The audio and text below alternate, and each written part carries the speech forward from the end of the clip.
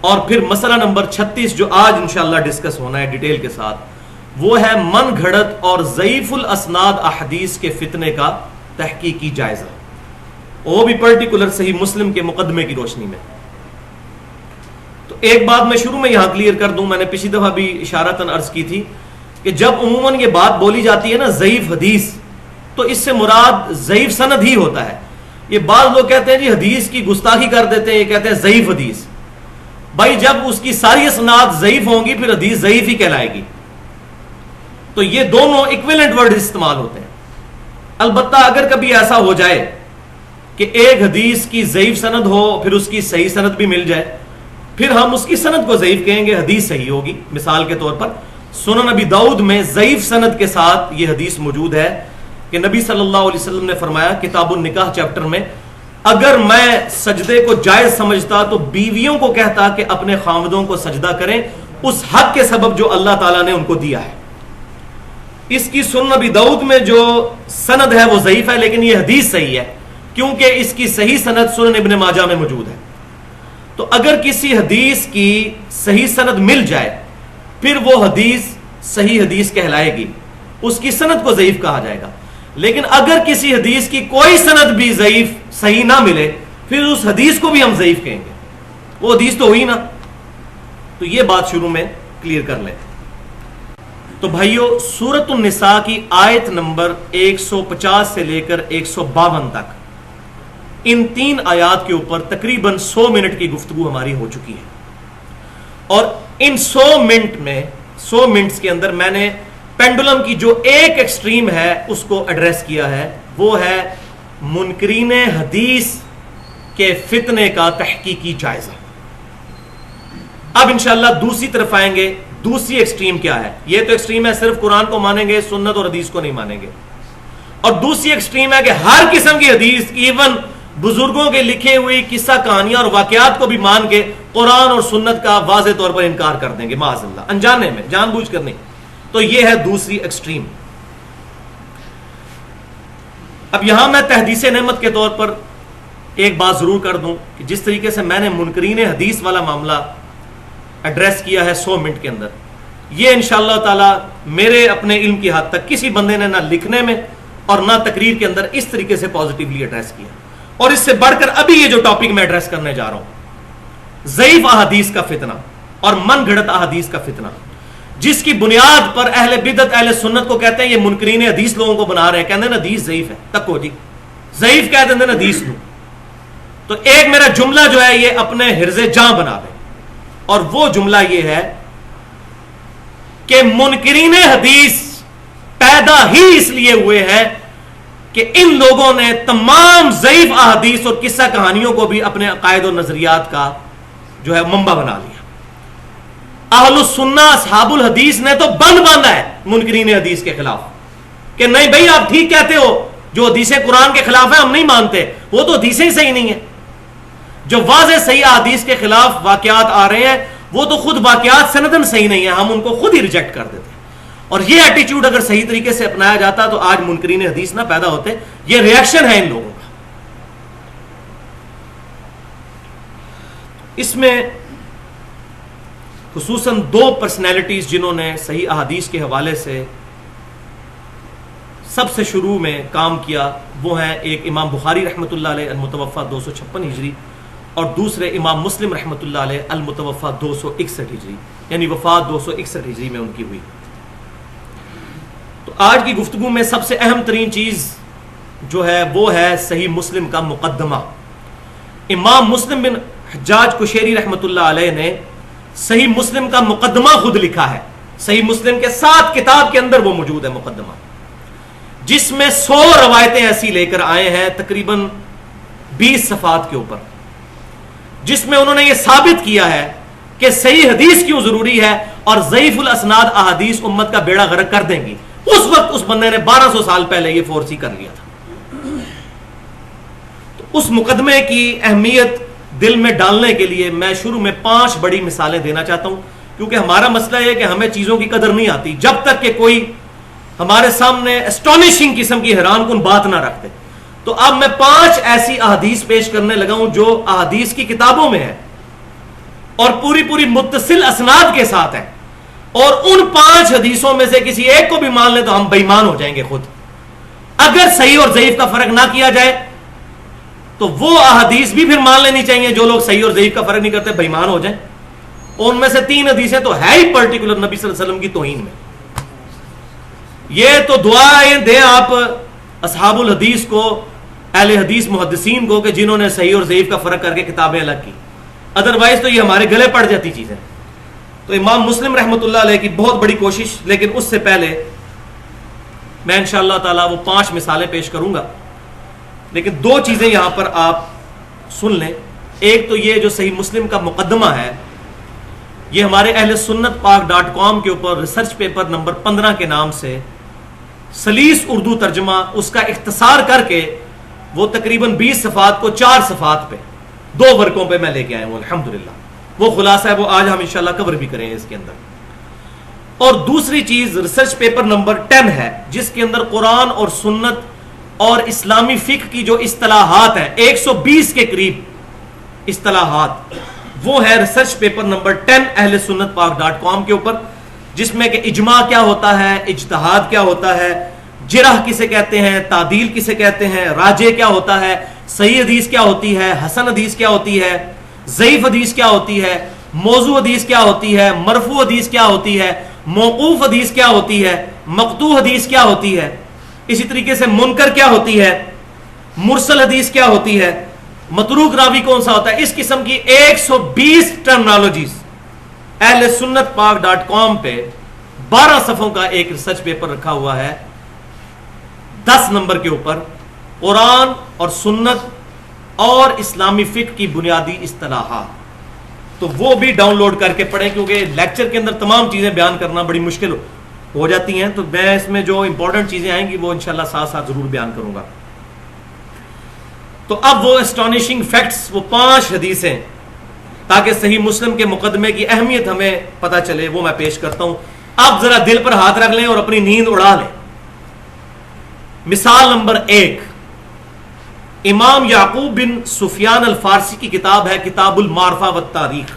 اس میں جلد نمبر 3 پر صفحہ 771 کے اوپر متصل پوری صحیح سند کے ساتھ سوائے ایک سکم کے یہ روایت موجود ہے کہ سیدنا حذیفہ بن یمان رضی اللہ تعالیٰ عنہ، صحابی رسول، اور بخاری اور مسلم کی احادیث کے تحت یہ وہ صحابی ہیں جن کو منافقین کے نام نبی صلی اللہ علیہ وسلم نے بتائے تھے. انہوں نے ابو موسیٰ اشعری رضی اللہ تعالیٰ عنہ کو سامنے سے آتے ہوئے دیکھا تو کہا کہ یہ منافق ہے ابو موسیٰ اشعری. بیڑا غرق ہو گیا. امام سیدنا ابو موسیٰ اشعری تو فارغ ہو گئے اس حدیث کے تحت، کیونکہ حذیفہ بن یمان کہہ رہے ہیں، ان کو تو حضور نے منافقین کے نام. تو ابو موسیٰ اشعری بھی فارغ، ان کی تمام احادیث بھی فارغ. متصل سند ہے، بالکل ٹھیک ہے. صرف ایک چھوٹا سا سکم ہے کہ اس میں امام اعمش جو ہیں وہ مدلس ہیں، انہوں نے تدلیس کی ہے. اب تدلیس کا ذکر چونکہ بار بار آئے گا، لہٰذا میں یہاں پر یہ بات بھی تھوڑی سی بتا دوں کہ یہ تدلیس کیا بلا کا نام ہے. یہ بہت ساری حدیثیں اس کی وجہ سے فارغ ہوتی ہیں. تدلیس یہ ہوتی ہے کہ کوئی محدث حدیث بیان کرتے ہوئے اپنے استاد کے نام کو چھپا لے اور ڈائریکٹلی اس استاد کا نام لے کہ جس سے حدیث اس کے استاد نے لی ہوتی ہے. مثال کے طور پر امام بخاری رحمۃ اللہ علیہ نے احمد بن حنبل سے حدیث سنی ہے اور احمد بن حنبل نے سنی ہے امام شافعی سے. اب اگر خدا نخواستہ امام بخاری رحمۃ اللہ علیہ احمد بن حنبل کو نکال کر کہیں کہ امام شافعی سے روایت ہے، تو امام شافعی رحمۃ اللہ علیہ سے ملاقات تو امام بخاری کی ثابت نہیں ہے. وہ 204 ہجری کے اندر ہی فوت ہو گئے تھے اور امام بخاری اس وقت ہارڈلی جو ہے وہ 7-8 سال کے تھے، 194 ہجری میں پیدا ہوئے. تو اب امام بخاری رحمۃ اللہ علیہ بیچ میں سے جو بندہ نکال دیں گے تو وہ ہم کہیں گے انہوں نے تدلیس کی، چھپا لیا بیچ والے راوی کو اور ڈائریکٹ امام شافعی کا نام لیا. لیکن یہ ہوتے ثقہ تھے محدثین.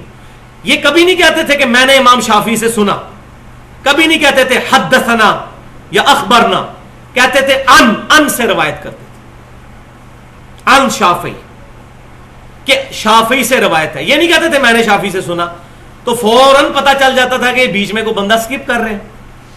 اور اگر وہ سکپ کریں اور ان کی عادت ہو تدلیس کرنا، یوں چھپانا، تو ایسے راوی کو ہم کہتے ہیں مدلس. اور یہ راوی کو بہت زیادہ نہیں، ٹوٹل ذخیرہ حدیث میں 300 راوی جو ہے وہ مدلس ہیں، لیکن بدقسمتی یہ ہے کہ وہ 300 جو ہے وہ اہم ترین راوی ہیں. تو تدلیس کو عیب بھی سمجھا گیا ہے بعض محدثین کے نزدیک، لیکن اس کو علم حدیث کے اندر ایک مقام حاصل ہے کہ اس کی وجہ سے وہ راوی فارغ نہیں ہو جاتا، ورنہ مدلسین سے خود امام بخاری امام مسلم نے احادیث لی ہے. تو اگر مدلس راوی ہوگا پھر ہم سما کی تصریح کریں گے کہ واقعی اس نے حدیث سنی، بیچ میں واسطہ ڈالا. اور یہ کیوں کرتے تھے؟ اس کی مین وجہ یہ ہوتی تھی کہ اپنی سند کو عالی کرنے کی کوشش کرتے تھے کہ ہمارے اور نبی صلی اللہ علیہ وسلم کے درمیان بہت کم واسطے ہیں، اور بعض اوقات وہ اپنے شاگردوں کا امتحان لینے کے لیے بھی کرتے تھے. لیکن بہرحال اس کا نقصان بہت ہوا، اسی لیے امام شعبہ رحمۃ اللہ علیہ فرماتے تھے کہ میں زنا سے بھی بدتر سمجھتا ہوں تدلیس کرنے کو. لیکن وہ خود بھی مدلسین سے روایت کر لیا کرتے تھے، لیکن اس روایت کو کہ جس میں سما کی تصریح ہو جائے. تو صحیح بخاری اور مسلم میں جتنی مدلسین کی آن والی روایتیں ہیں وہ تمام سما کی تصریح کے ساتھ ہیں، اور وہ مطابقت میں امام بخاری امام مسلم نے لی ہیں. لہذا بخاری مسلم میں جو تدریس والی روایت ہوگی وہ صحیح ہوگی، کیونکہ پہلے امام بخاری امام مسلم پوری متصل سند لے کے آئیں گے، اس کی تائید کے اندر پھر مدلسین کی روایت لے کر آئیں گے. تو یہ تدریس والا مسئلہ سمجھ آ گیا. تو امام اعمش اس میں مدلس ہیں، لہذا یہ حدیث ہوئی ضعیف. اور یہ امام مسلم نے بھی لکھ دیا ہے صحیح مسلم کے مقدمے میں کہ مدلس کی آن والی روایت کے ضعیف ہونے پر سب کا اتفاق ہے جب تک سما کی تصریح نہ مل جائے. تو اسی میں یہ بات یاد رکھیں اب کہ وہ جو حدیث جو ہمارے بریلوی اور جو بندی بھائی قبروں سے فیض لینے کے لیے پیش کرتے ہیں اور اپنی کتابوں میں لکھتے ہیں، مصنف ابن ابی شیبہ کے اندر اور سنن الکبریٰ البہیقی کے اندر موجود ہے. وہ حدیث کیا ہے کہ ایک عرابی نبی صلی اللہ علیہ وسلم کی وفات کے بعد قبر پر آیا اور اس نے آ کے آپ صلی اللہ علیہ وسلم سے ریکویسٹ کی کہ یا رسول اللہ صلی اللہ علیہ وسلم میں نے اپنی جان پر ظلم کیا. اور پھر اس میں مختلف روایتیں آتی ہیں کہ قبر انور سے آواز آئی کہ تمہیں بخش دیا گیا، بعد میں خواب میں ہوا کہ بخش دیا گیا، جاؤ عمر کو میرا سلام کہہ دو، اس کو کوئی سختی نہ کرے. یہ لادا سے یہ ساری باتیں، یہ ایون حافظ ابن کثیر نے بھی یہ بے سند بات لکھ دی. تو اس کی پوری سند مصنف ابن ابی شیبہ میں موجود ہے اور سنن الکبریٰ بہیقی کے اندر موجود ہے. سند بالکل ٹھیک ہے، یہی راوی اعمش مدلس ہے. لہذا اگر ہمارے بریلوی اور دیوبندی بھائیوں نے اس حدیث کو صحیح ماننا ہے، قبر پہ جا کے یہ مانگنے والی، پھر اس حدیث کو بھی صحیح مانے کہ ابو موسیٰ اشعری بھی منافق ہے. معاذ اللہ استغفر. ایک مسئلہ حل کریں گے دوسرا خراب ہو جائے گا. اسی طریقے سے سنن الکبریٰ بہیقی کے اندر صحیح سند کے ساتھ حدیث موجود ہے کہ 3 مسجدوں کے علاوہ کسی مسجد میں اعتکاف جائز نہیں، مسجد نبوی، بیت اللہ شریف اور مسجد اقصی. یہ حدیث بھی پوری سند اس کی متصل ہے، لیکن اس میں سفیان بن عیینہ رحمۃ اللہ علیہ مدلس ہے، انہوں نے ان سے روایت کی ہے. تو جو تدلیس نہیں مانتا پھر وہ 3 مسجدوں کے علاوہ اعتکاف بھی نہ کرے. پھر منکرین حدیث کو جواب دے کہ قرآن میں تو مطلقاً آیا کہ مسجدوں میں اعتکاف کرو گے سورۃ البقرہ کے اندر. اسی طریقے سے وہ حدیث بھی ضعیف ہو گئی، اکلوتی حدیث جو جامعہ ترمذی اور سنن ابی داؤد میں، اور امام ابو داؤد نے خود اس کو لکھ دیا یہ حدیث صحیح نہیں ہے، کہ عبداللہ بن مسعود رضی اللہ تعالیٰ عنہ صرف نماز کے شروع میں رفع دین کرتے تھے اور رکوع میں جاتے وقت اور رکوع سے اٹھتے وقت نہیں کرتے تھے. اس میں سفیان ثوری مدلس ہے. لہذا اگر سفیان ثوری کی تدلیس کسی نے نہیں مانی، ابو موسیٰ اشعری کو بھی پھر منافق مانے وہ، معاذ اللہ استغفر اللہ. تو ہمارے سارے مسئلے سیدھے ہوتے جائیں گے. ہم ایک اصول رکھیں گے، دوگلی پالیسی نہیں کہ تہاڈی ہے تو ایسی نہیں مننی، ساڈی ہے تو تسی نہیں مننی، نہیں، ایک اصول. لہذا اب یہاں پر ایک کڑوی گولی جو ہے وہ ہمارے اہل حدیث بھائیوں کے لیے بھی ہے کہ وہ جو حدیث ہے سنن ابی داؤد کے اندر کہ نبی صلی اللہ علیہ وسلم اپنے دائیں ہاتھ کے اوپر شمار کرتے تھے تسبیحات، وہ حدیث بھی ضعیف ہے. اس میں بھی اعمش مدلس ہے، جس طرح ابو موسیٰ اشعری کو منافق کہنے والی حدیث میں اعمش مدلس ہے. لہذا یہ حدیث ضعیف ہوئی کہ نبی صلی اللہ علیہ وسلم صرف دائیں ہاتھ پہ شمار کرتے تھے. صحیح حدیث جامعہ ترمذی سنن ابی داؤد میں یہ ہے کہ نبی صلی اللہ علیہ وسلم نے فرمایا انگلیوں پر پڑھو، یہ تمہارے ذکر کی گواہی دیں گی، قیامت والے دن اللہ ان کو زبان دے گا، یہ تمہارے ذکر کی گواہی دیں گی. اس حدیث کے تحت دونوں ہاتھوں پر پڑھ کے گواہ کرنا چاہیے ہاتھوں کو. البتہ اگر کوئی قیاس یا اجتہاد کر لیتا ہے کہ نبی صلی اللہ علیہ وسلم اکثر کام جو ہے وہ دائیں ہاتھ سے کرتے تھے، اس کے تحت کوئی دائیں ہاتھ میں پڑھتا ہے تو جائز ہے. لیکن یہ کہنا کہ بائیں پہ پڑھنا غلط ہے، یہ ظلم ہو جائے گا. ورنہ اس میں بھی اعمش مدلس اور ابو موسیٰ اشعری کو منافق کہنے والی حدیث میں بھی اعمش مدلس. یہ بہت بڑی پھکی ہوگی سارے مکاتبے فکر کے لیے. انشاءاللہ مجھ سے کوئی ناراض نہیں ہوگا، میں نے ساروں کو پھکی دے دی تھوڑی تھوڑی الحمدللہ. اب مثال نمبر 2، وہ ہے امام ابن عساکر کی تاریخ دمشق میں متصل سند کے ساتھ یہ حدیث موجود ہے عبداللہ بن عباس رضی اللہ تعالیٰ عنہ سے. اور ظلم یہ ہے کہ یہی حدیث نقل کر کے شیخ زکریا کاندلوی صاحب نے فضائل اعمال میں فضائل نماز کے چیپٹر میں یہ حدیث نقل کی ہے 374 نمبر صفحہ جو رائے ونڈ سے چھپتی ہے کتب خانہ فیضی کی. اب آپ سوچ رہے ہوں گے شیخ زکریا صاحب نے نقل کی تو یہ مجرم کیوں اور وہ کیوں نہیں, اس کا جواب بعد میں آئے گا. حدیث نقل کر دینا جرم نہیں ہوتا, اس حدیث سے رزلٹ نکالنے والا مجرم ہوتا ہے جس کو پتا بھی ہو کہ حدیث ضعیف ہے. محدثین تو صرف نقل کرتے, وہ آگے آئے گا اس کا جواب کہ کیوں ضعیف حدیثیں کتابوں میں لکھتے تھے, وہ میں انشاءاللہ بتاؤں گا. تو شیخ زکریا صاحب فضائل نماز والے پورشن میں فضائل اعمال میں لے کے آئے معاذ اللہ استغفر اللہ کہ عبداللہ بن عباس کہتے ہیں نبی صلی اللہ علیہ وسلم جب رات کو نماز پڑھتے تھے تہجد کی تو اپنے آپ کو رسی سے باندھ لیتے تھے تاکہ نیند کے غلبے کی وجہ سے گر نہ پڑے, یعنی بے دلی کے ساتھ نماز پڑھتے تھے نا, معاذ اللہ استغفر اللہ. تو پھر اللہ نے قرآن میں آیتیں نازل کر دی سورہ طٰہٰ کی, طٰہٰ ما انزلنا علیک القرآن لتشقی, طٰہٰ اے محبوب صلی اللہ علیہ وسلم ہم نے قرآن آپ پر اس لیے نازل نہیں کیا کہ آپ مشقت میں پڑ جائیں. کہتے ہیں جی اس آیت کا شان نزول یہ ہے کہ آپ صلی اللہ علیہ وسلم اپنے آپ کو رسیوں سے باندھ لیتے تھے. بھائیو یہ آیت آگے بھی پڑھ لیتے تو پتہ چل جاتا. اس کی اگلی آیت ہے الا تذکرۃ لمن یخشی, اے محبوب صلی اللہ علیہ وسلم یہ قرآن تو نصیحت ہے اس کے لیے جو نصیحت حاصل کرنا چاہے. آپ ٹینشن نہ لیں, لوگ ایمان نہیں لا رہے اس قرآن پر. یہ قرآن ہم نے آپ پر اس لیے نازل نہیں کیا کہ آپ مشقت میں پڑھ جائیں کہ لازمی لوگ کلمہ پڑھیں. الا تذکرۃ لمن یخشی, یہ تو اس کے لیے نصیحت ہے جو خود نصیحت حاصل کرنا چاہے, جو اللہ سے ڈرے. اور قرآن خود ہی بتا رہا ہے کہ اس سے مراد ہے کہ قرآن کی تبلیغ پر ٹینشن نہ لیں. یہ نہیں ہے کہ حضور اپنے آپ کو رسیوں سے باندھتے تھے. اور دوسری طرف صحیح بخاری اور مسلم کی صحیح حدیث ہے, نبی صلی اللہ علیہ وسلم مسجد میں داخل ہوئے تو ایک رسی لٹک رہی تھی. پوچھا یہ رسی کس نے لٹکائی ہوئی ہے؟ تو کہا کہ یہ آپ کی بیٹی زینب جو ہے اپنا جوڑا اس رسی سے باندھ لیتی ہیں, رات کو نماز پڑھتے ہوئے جب ان کو نیند آتی ہے تو دھچکا لگتا ہے تو آنکھ کھل جاتی ہے, تو اس کی برکت سے وہ نماز پڑھتی رہتی ہیں. تو نبی صلی اللہ علیہ وسلم نے فرمایا کھولو اس رسی کو, جب تک دل اور دماغ ساتھ دے اس وقت تک توجہ کے ساتھ نماز پڑھو, اور جب نیند آئے تو آرام کرو, بے توجہی کے ساتھ نماز نہ پڑھو. حضور اپنی بیٹی کو تو یہ فرما رہے ہیں خود اپنے آپ کو رسیوں سے باندھیں گے. تو اب آپ کو یہ بھی پتا چلی کہ بخاری مسلم کا کتنا بڑا احسان ہے کہ بخاری مسلم میں بالکل اور حدیث ہے, اور یہ حدیث بھی شیخ زکریا صاحب نے جو نقل کی یہ بھی تاریخ ابن عساکر 80 جلدوں کے اوپر سند کے ساتھ, آج سے تقریباً سمجھ لیں آپ 900 سال پہلے لکھی گئی ہے, اس میں پوری سند کے ساتھ یہ روایت ہے. اب اگلی 3 مثالیں جو ہیں یہ دل کو تھام کے, یہ انسان کو بےایمان کرنے والی مثالیں ہیں, لیکن مجبوری ہے. ظاہر ہے کہ اب ضعیف حدیثوں کے اوپر لوگوں نے مسئلے کھڑے کیے ہیں, لوگوں کے نماز کا طریقہ بھی ضعیف حدیثوں پہ ہے, عقیدے بھی ضعیف حدیثوں پہ ہے, تو لہذا یہ اب باتیں کرنا تو ضروری ہے. جب آپریشن ہی اسی وقت, جب تک آپریشن نہیں ہوگا اس وقت تک یہ معاملہ حل نہیں ہوگا. مثال نمبر 3 مسند امام احمد میں جلد 5 صفحہ 136 پر بالکل متصل سند کے ساتھ حدیث موجود ہے.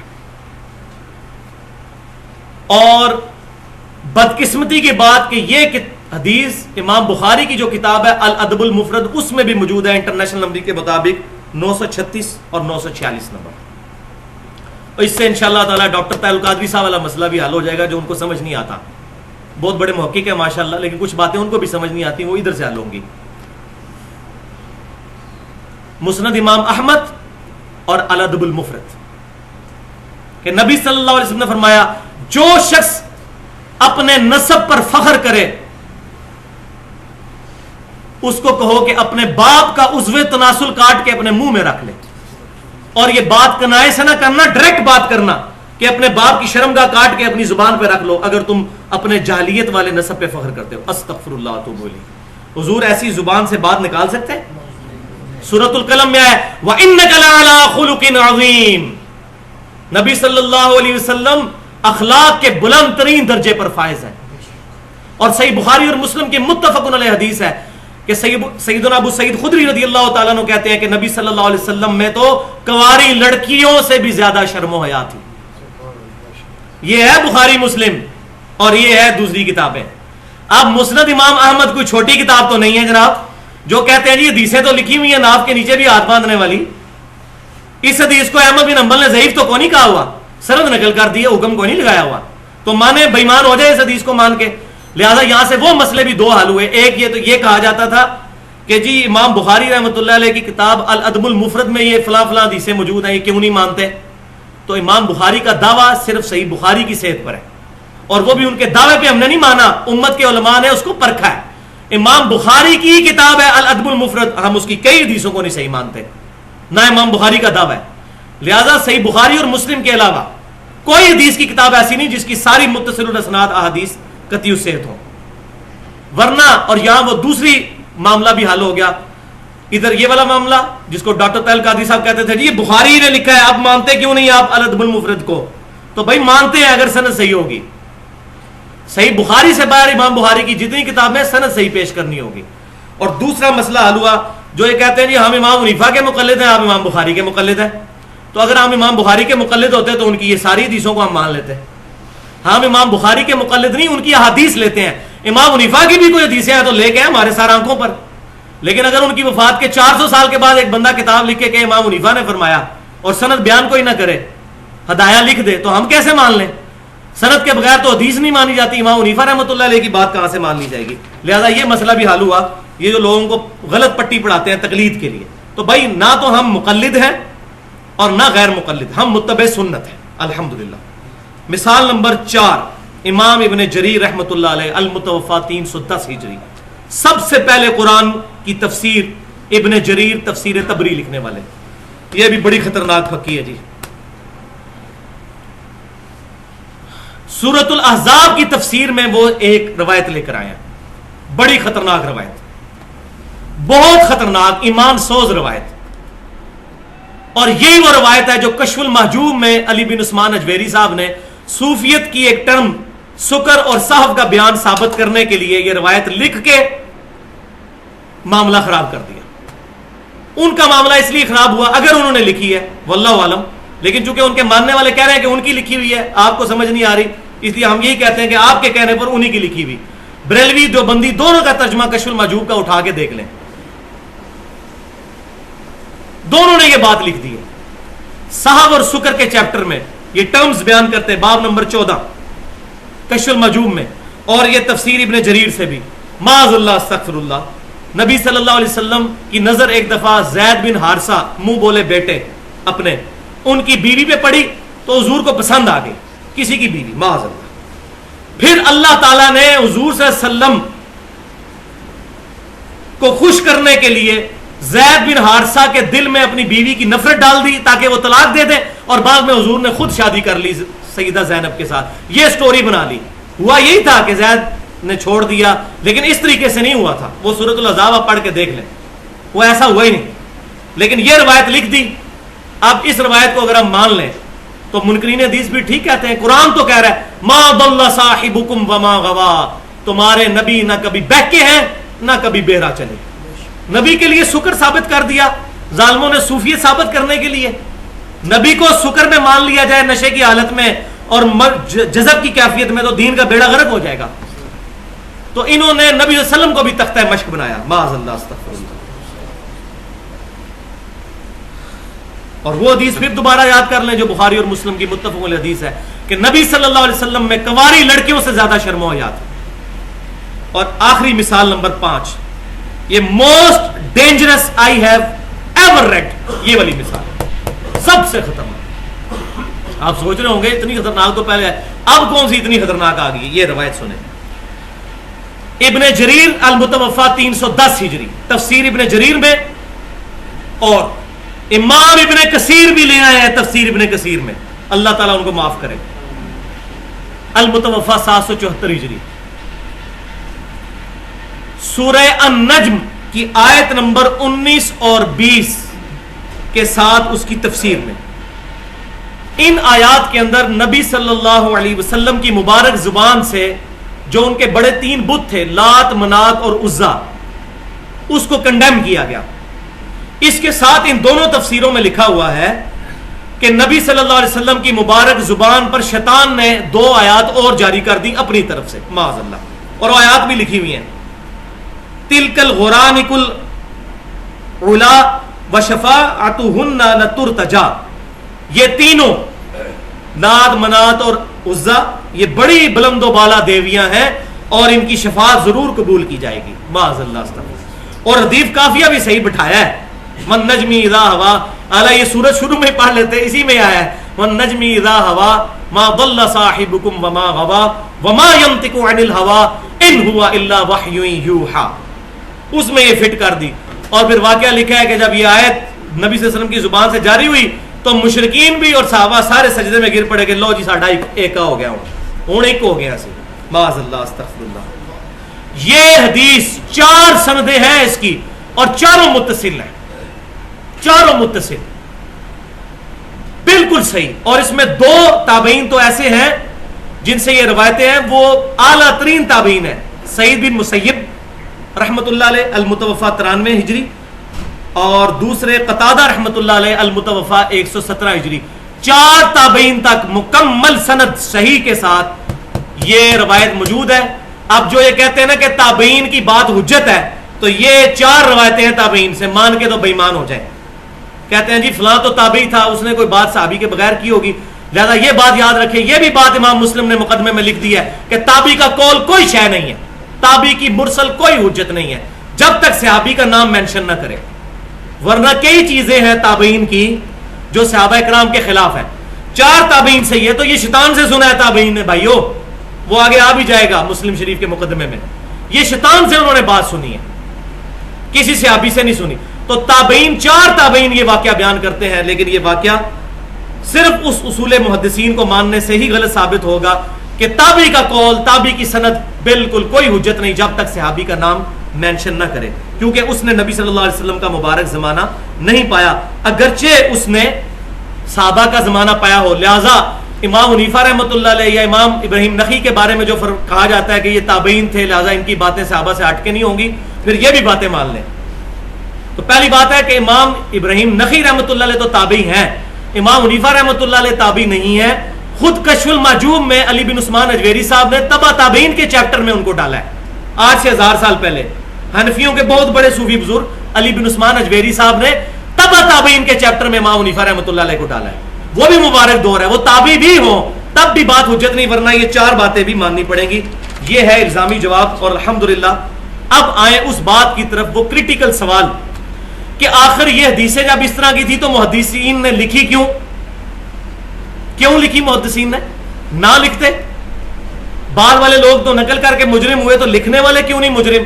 تو یہ بات بھی اب سمجھ لیں، لکھنے والے مجرم کیوں نہیں، یہ بہت کریٹیکل بات ہے۔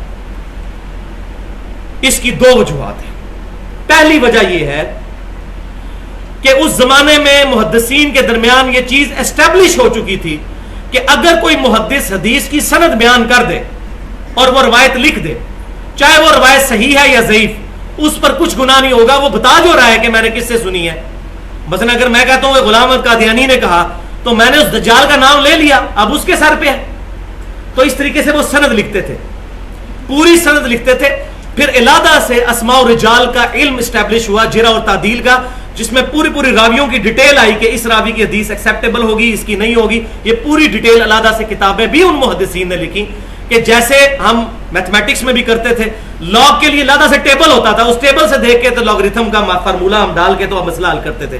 لہذا حدیثوں کی سندوں کو چیک کرنے کے لیے علیحدہ سے کتابیں ہیں اسماء و رجال کی، ان کو دیکھ کر پھر فیصلہ کیا جائے گا صحیح اور ضعیف کا۔ یہ ہوگی پہلی ریزن۔ اور دوسری ریزن کہ ضعیف حدیثیں بھائیوں انہوں نے اس لیے لکھی تاکہ ہمیں پتہ چل جائے کہ یہ حدیثیں ضعیف ہیں، ورنہ لوگوں نے کہنا سی جس طرح آج بھی کہو ساڈیاں بھی حدیثیں حسن جی وہ پتہ نہیں گواچ کی ہیں کدھر ہے، وہ بھی میں بتا دوں گا گواچ کہاں گئی ہیں۔ وہ جی 1,00,000 حدیثیں حضور صلی اللہ علیہ وسلم سے ٹوٹل حدیثیں 10,000 روایت ہے، لاکھ کہاں سے آ گئی بھائی؟ لاکھ حدیثیں روایت کرنے کے لیے 100 سال کا 1,000 سال کی زندگی چاہیے، یہ جھوٹ ہے۔ وہ حدیث کے ترک ہیں لاکھوں میں، مثلا انما الاعمال بالنیات ایک حدیث ہے، اس کی 700 سندیں ہیں، تو وہ 700 حدیثیں بنی، لیکن حدیث تو ایک ہوئی، وہ ترک زیادہ ہیں لاکھوں میں، حدیثیں ٹوٹل 10,000 سے زیادہ نہیں ہیں آپ صلی اللہ علیہ وسلم کی۔ وہ آگے انشاءاللہ تعالی بات آ بھی جائے گی۔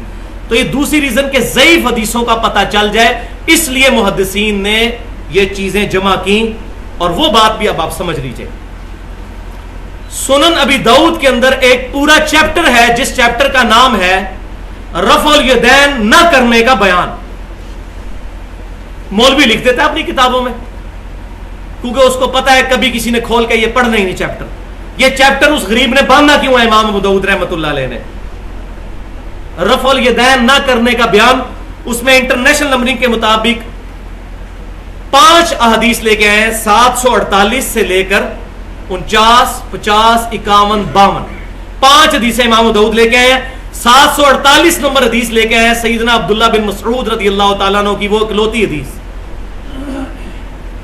کہ نبی صلی اللہ علیہ وسلم کے بارے میں انہوں نے فرمایا کہ آپ صلی اللہ علیہ وسلم صرف نماز کے شروع میں رفع الیدین کرتے تھے، بعد میں نہیں کرتے تھے۔ اور ساتھ امام ابو داؤد نے لکھ دیا وَلَيْسَ بِصَحِيحٍ عَلَى هَذَا الْمَعْنَى وَلَيْسَ بِصَحِيحٍ عَلَى هَذَا اللَّفْظ، ان معنوں میں یہ حدیث صحیح نہیں ہے، ان الفاظ کے ساتھ یہ حدیث صحیح نہیں ہے۔ اب انہوں نے مولویوں نے کیا کیا، اردو ترجمے والی جو تھی ابو داؤد، اس میں سے یہ اس کی عربی بھی نکال دی، اردو بھی نکال دی، لیکن عربی نسخوں میں موجود ہے ان کے اپنے مکتبہ رحمانیہ والوں میں، اور چور لنگوٹی چھوڑ جاتا ہے مشکات شریف میں نکالنا بھول گئے۔ مشکات والے نے بھی یہ حدیث لکھی ہے اور ساتھ لکھا ہے کہ وقال ابو داؤد لیس بصحیح علی ھذا المعنی، مشکات سے نکالنا بھول گئے، چور اپنی لنگوٹی تو چھوڑ جاتا ہے نا۔ تو مشکات شریف ابو داؤد کے بھی 500 سال بعد لکھی گئی، 8 سے تقریباً 700-800 سال پہلے، اس میں بھی یہ الفاظ موجود ہیں، یہ حدیث صحیح نہیں ہے۔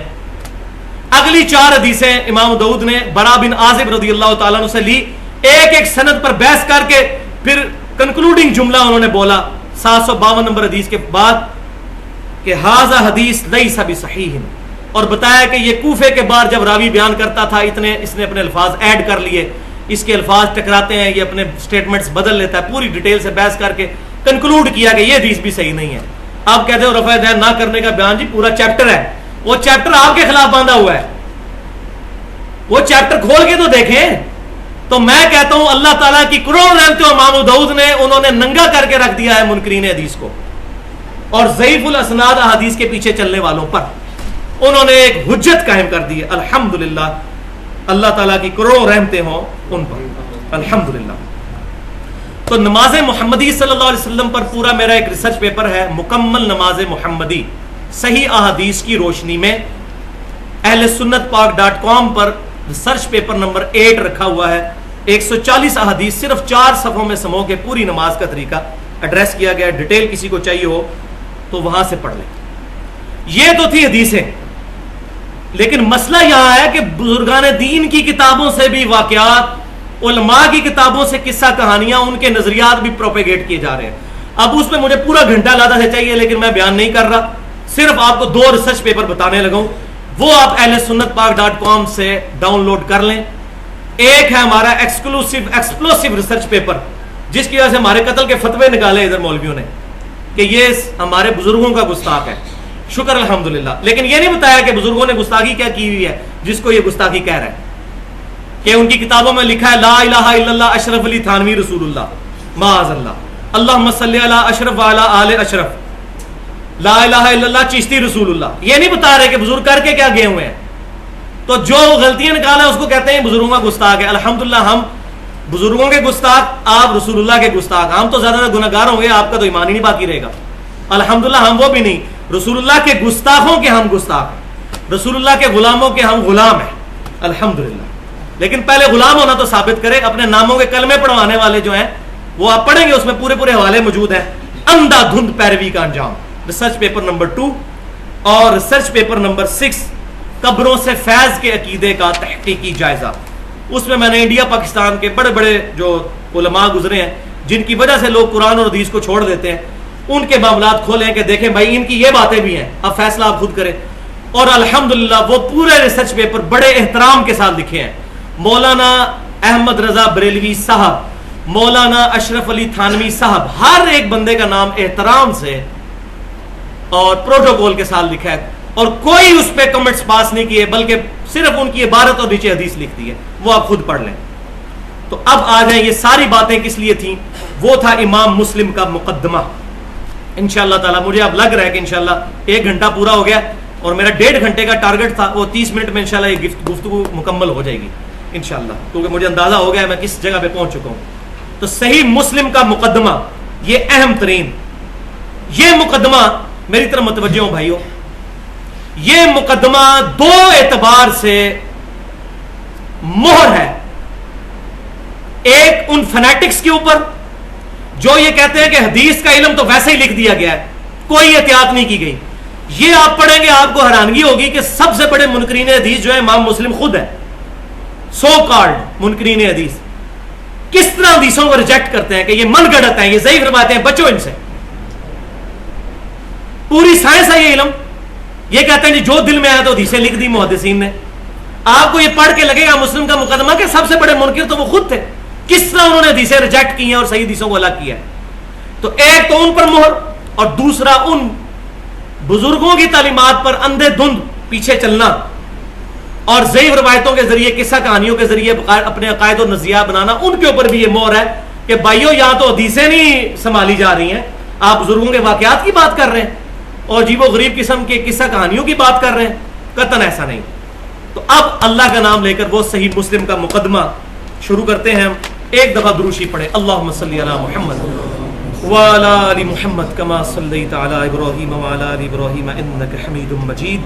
اللہم بارک علی محمد وعلی آل محمد کما بارکت علی ابراہیم وعلی آل ابراہیم انک حمید مجید. صحیح مسلم کا مقدمہ پڑھتے ہوئے آپ کو لگے گا یہ آج کل جو ہم باتیں کر رہے ہیں نا، لوگ کہتے ہیں عجیب و غریب باتیں کر رہے ہیں، یہ ساری باتیں امام مسلم نے کی ہوئی ہیں. یہ بھی آپ کو اندازہ ہو جائے گا انشاءاللہ. اس مقدمے نے میری زندگی چینج کی ہے، صحیح اور حدیث اور ضعیف حدیث کے فرق کے اعتبار سے. یہ ایمان کا حصہ ہے کہ ضعیف حدیث کو، ضعیف الاسناد روایات، من گھڑت روایات کو نہ مانا جائے، ورنہ بیڑا غرق ہو جائے گا. میں مثالیں پہلے بتا چکا. امام مسلم رحمۃ اللہ علیہ کے شاگرد نے امام مسلم کو یہ مشورہ دیا، اللہ تعالیٰ اس پہ بھی رحم فرمائے، اور امام مسلم پورے مقدمے میں جگہ جگہ اس کو دعائیں دیتے ہیں کہ تو نے یہ مجھے اچھا مشورہ دیا کہ میں صحیح مسلم شریف لکھوں. تو وہ اپنے شاگرد کو مخاطب کرتے ہوئے کہتے ہیں، اب یہ الفاظ فی البدی میں پڑھوں تو مزہ نہیں آئے گا، میں ایگزیکٹ وہ الفاظ پڑھنا چاہتا ہوں، جہاں ضرورت پڑی میں ایڈریس کروں گا، ورنہ ادروائز میں اس کو پڑھتا چلا جاؤں گا. یہ اتنے پیارے الفاظ ہیں کہ آپ کے دل میں اترتے چلے جائیں گے انشاءاللہ. حمد و صلات کے بعد امام مسلم اپنے شاگرد ابو اسحاق کو مخاطب کرتے ہوئے کہتے ہیں، اللہ تجھ پر رحم فرمائے کہ تو نے اپنے پروردگار ہی کی توفیق سے یہ ذکر کیا تھا کہ رسول اللہ صلی اللہ علیہ وسلم سے جو احادیث مروی ہیں ان تمام احادیث کی تلاش اور جستجو کی جائے جو دین کے اصول اور اس کے احکام، جو ثواب اور عذاب، رغبت اور خوف یعنی فضائل و اخلاق کے متعلق ہوں، اور تم وہ تمام احادیث ان مستند اسناد کے ساتھ چاہتے ہو جن کو علماء حدیث نے قبول کیا ہے. اللہ تمہیں ہدایت دے کہ تم نے اس بات کا ارادہ ظاہر کیا کہ میں اس قسم کی تمام احادیث کا ایک مجموعہ تیار کر کے اختصار کے ساتھ تمہارے لیے جمع کر دوں. اللہ تمہیں عزت عطا فرمائے. جب میں نے تمہاری اس فرمائش پر غور کیا اور اس کے انجام کی طرف توجہ کی، اور اللہ کرے کہ اس کا انجام اچھا ہو، تو مجھے یہ اندازہ ہوا کہ اور لوگوں سے پہلے خود میری ذات کو اس مجموعے کا فائدہ ہوگا کہ میرے پاس پرسنل نوٹس بن جائیں گے. واہ جی واہ. مضبوطی اور صحت کے ساتھ تھوڑی سی احادیث کو یاد رکھنا زیادہ آسان ہے، خاص طور پر ان لوگوں کے لیے جنہیں صحیح اور غیر صحیح احادیث میں تمیز حاصل ہی نہیں ہو سکتی جب تک کہ دوسرے لوگ ان کو بتا نہ دیں. بس ایسی صورتحال میں تھوڑی تعداد میں صحیح روایات جمع کرنے کا ارادہ کرنا بہت زیادہ تعداد میں ضعیف روایات جمع کرنے سے زیادہ بہتر اور مفید ہوگا. اب وہ کہتے ہیں میں کن لوگوں سے احادیث نہیں لوں گا. دیکھیں کیسے منکرین حدیث ہے، سو کارڈ معاذ اللہ. نمبر ایک، وہ لوگ جن پر اکثر محدثین نے طعن کیا جیسا عبداللہ بن مسور، ابو جعفر مدائنی، عمر بن خالد وغیرہ. نمبر دو، اور ان جیسے لوگ جن پر احادیث گھڑنے کی تہمت ہے، ان سے بھی حدیث نہیں میں لکھوں گا اس میں کتاب میں. نمبر تین، اور وہ لوگ جو از خود احادیث بنانے میں بدنام ہو چکے ہیں. اور نمبر چار، اور اسی طرح کے وہ لوگ بھی جن کی اکثر احادیث منکر یا غلط ہوتی ہیں. تو ایسے تمام لوگوں کی روایات کو ہم اپنی کتاب میں جمع نہیں کریں گے. اصول حدیث کی اصطلاح میں منکر اس شخص کی حدیث کو کہتے ہیں جو ثقہ اور کامل الحفظ راویوں کی روایت کے خلاف روایت کر دے، یعنی جو اتھینٹک علماء نے روایت کی ہیں ان کے خلاف کوئی بات کر دے تو منکر ہو جائے گی. ایک ہوتا ہے منکر، منکر جس کا انکار کیا گیا، اس کی حدیث کا انکار پھر کیا جائے گا. یا اس وہ کہتے ہیں یا تو وہ کامل الحفظ راویوں کی روایت کے خلاف کرے، یا اس کی احادیث کی کسی نے بھی موافقت نہ کی ہو، پس جب ایسی صورتحال ہو تو وہ راوی متروک الحدیث ہوگا، اس کی حدیث ترک کر دی جائے گی، اور اس کی احادیث محدثین کے نزدیک قابل قبول اور قابل عمل نہیں ہوگی۔ اسی طرح اگر تم کسی کو دیکھو کہ وہ امام زہری، بہت بڑے محدث تابعی، امام حنیفہ رحمۃ اللہ علیہ کے استاد، امام زہری یا امام ہشام بن عروہ جیسے عظیم بزرگوں سے روایات بیان کرتے ہوئے وہ حدیثیں بیان کرے، اور ان کی احادیث اہل علم کے ہاں مشہور اور پھیلی ہوئی ہیں، اور وہ کوئی ایسی روایت بیان کرے جس روایت کو ان دونوں بزرگوں کے مشہور شاگردوں نے بیان نہ کیا ہو، اور یہ راوی جو روایت بیان کر رہا ہے وہ ان مشہور شاگردوں کے ساتھ بھی شامل نہ رہا ہو، تو ایسے شخص کی روایت بھی قبول نہیں کی جائے گی۔ دیکھو جی، ابھی تک تو ہے قبول ہی نہیں ہوگی، پتہ نہیں کیڑی ہوئے گی پھر۔ یہ کہتے ہیں جی جو چیز آئی لکھ دی، کتنی احتیاط ہے، احتیاط در احتیاط در احتیاط۔ واہ، ہم نے روایت حدیث کے سلسلہ میں محدثین کے مذہب کو بیان کر دیا تاکہ جو لوگ اصول حدیث سے واقف نہیں ہیں ان میں سے اہل توفیق کو یہ ابتدائی معلومات حاصل ہو جائیں۔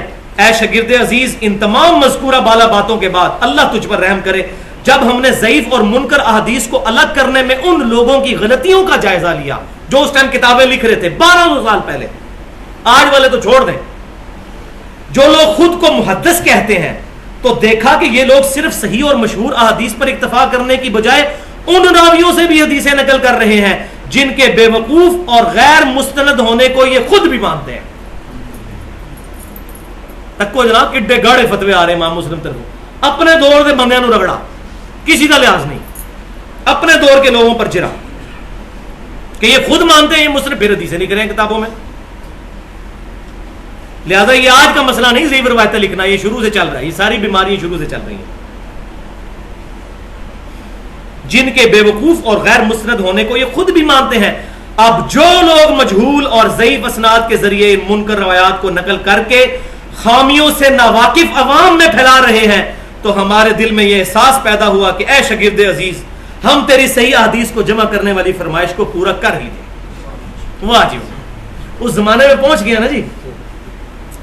اب کہتے ہیں یاد رکھو اے شاگرد، اللہ تمہیں توفیق دے، یہ بات اچھی طرح ذہن نشین کر لو کہ ہر ایک محدث جو صحیح اور غیر صحیح احادیث کی پہچان اور ثقہ اور غیر ثقہ راویوں کی معرفت رکھتا ہے، اس پر واجب ہے کہ وہ صرف ایسی احادیث نقل کرے جن کی اسناد صحیح ہو،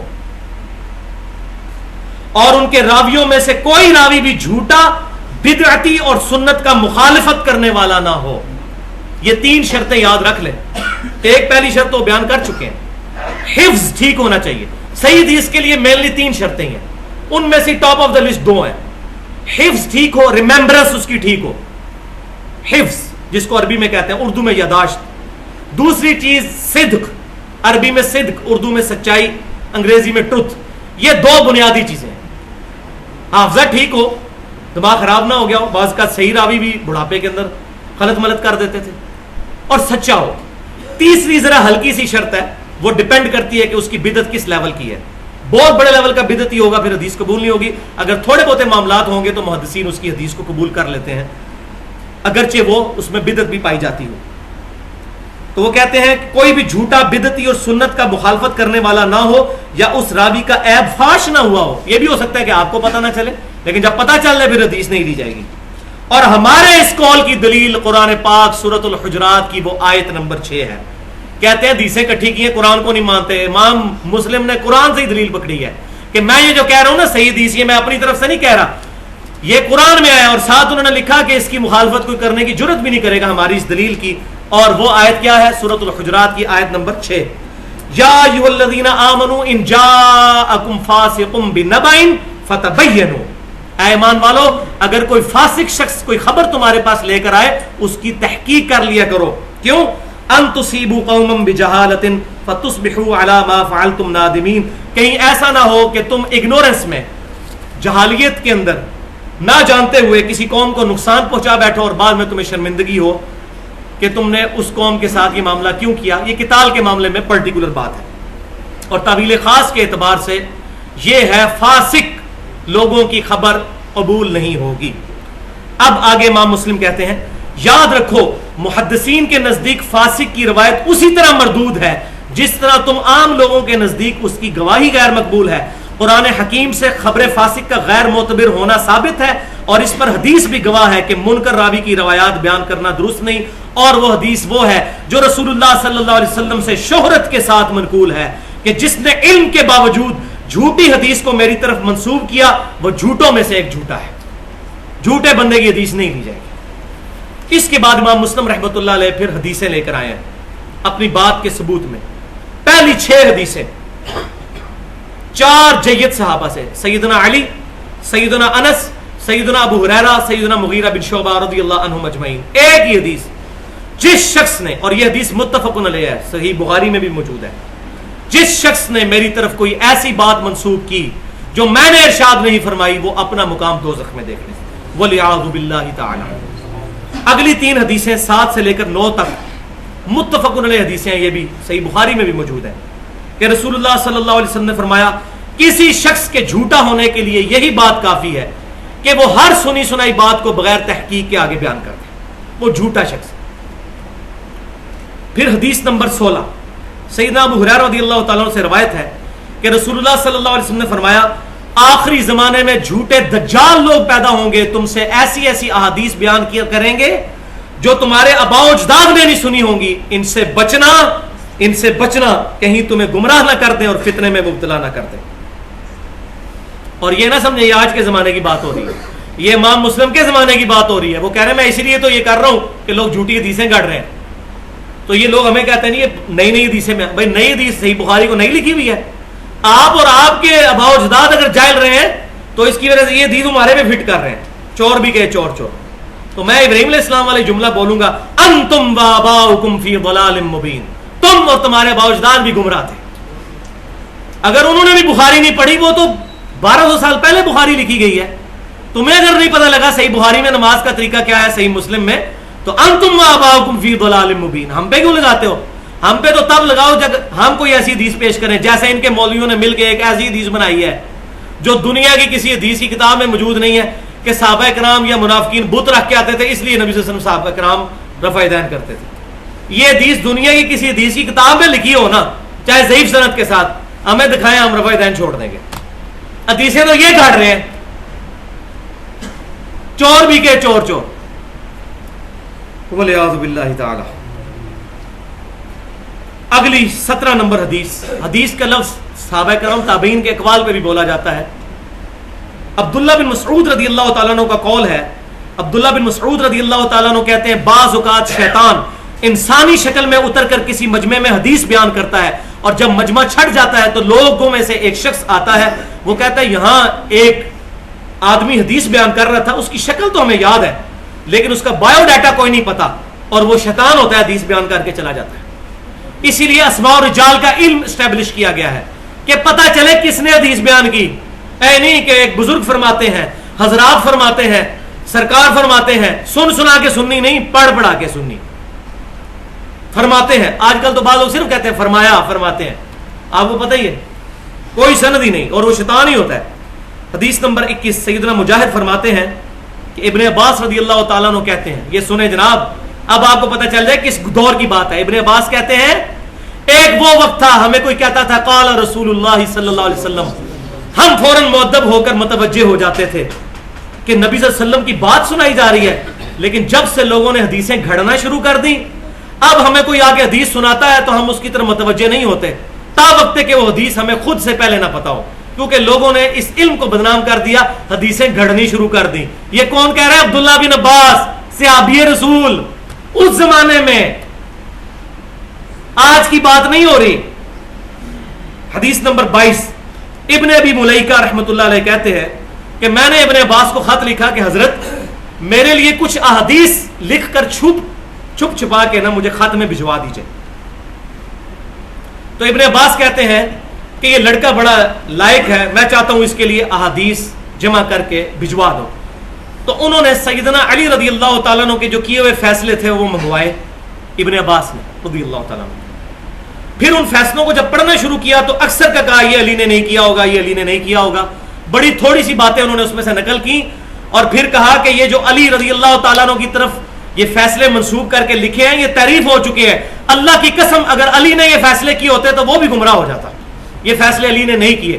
اس زمانے میں حضرت علی کی باتیں تعریف ہو گئی تھی. روافض کا مرض اس وقت بھی انجیکٹ ہو چکا تھا امت کے اندر. تو کتنے سخت الفاظ استعمال کیے کہ حضرت علی نے بھی یہ کیا ہوتا تو وہ بھی گمراہ ہو جاتے. حدیث نمبر 24, ابو اسحاق کہتے ہیں کہ حضرت علی کی وفات کے بعد ان کے ساتھیوں میں سے کسی نے حضرت علی کے کیے ہوئے فیصلوں کو نکالا. اور یہ بات یاد رکھیں اہل محبت کے لیے, صحیح مسلم کی حدیث, علی سے محبت نہیں کرے گا مگر مؤمن, علی سے بغض نہیں رکھے گا مگر منافق. مسلمانوں میں سوائے حضرت علی کے کوئی مثال موجود نہیں ہے کہ جب اہل قبلہ اہل کلمہ باغی ہو جائیں ان کے ساتھ کیا سلوک کرنا ہے.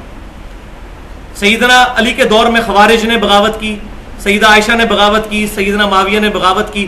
اب خلیفۃ المسلمین کے خلاف بغاوت کرنے والوں کے ساتھ کیا سلوک کرنا چاہیے؟ ان کے قیدیوں کے ساتھ, ان کے مقتولین کے ساتھ. تو یہ سیدنا علی اس معاملے میں, تمام آپ حدیث کی کتابیں اٹھا کے دیکھیں, وہ امت میں امام ہے. اسی لیے یہ دیکھیں ابن عباس بھی ان کے فیصلے منگوا رہے ہیں. تو حضرت علی کے فیصلوں کو منگوایا گیا. حدیث نمبر 24, تو ان کے ساتھیوں میں سے ایک ساتھی نے کہا اللہ تعالیٰ ان کو غرق کرے, انہوں نے اتنا قیمتی علم برباد کر دیا کہ حضرت علی کے فیصلے چینج کر دیے.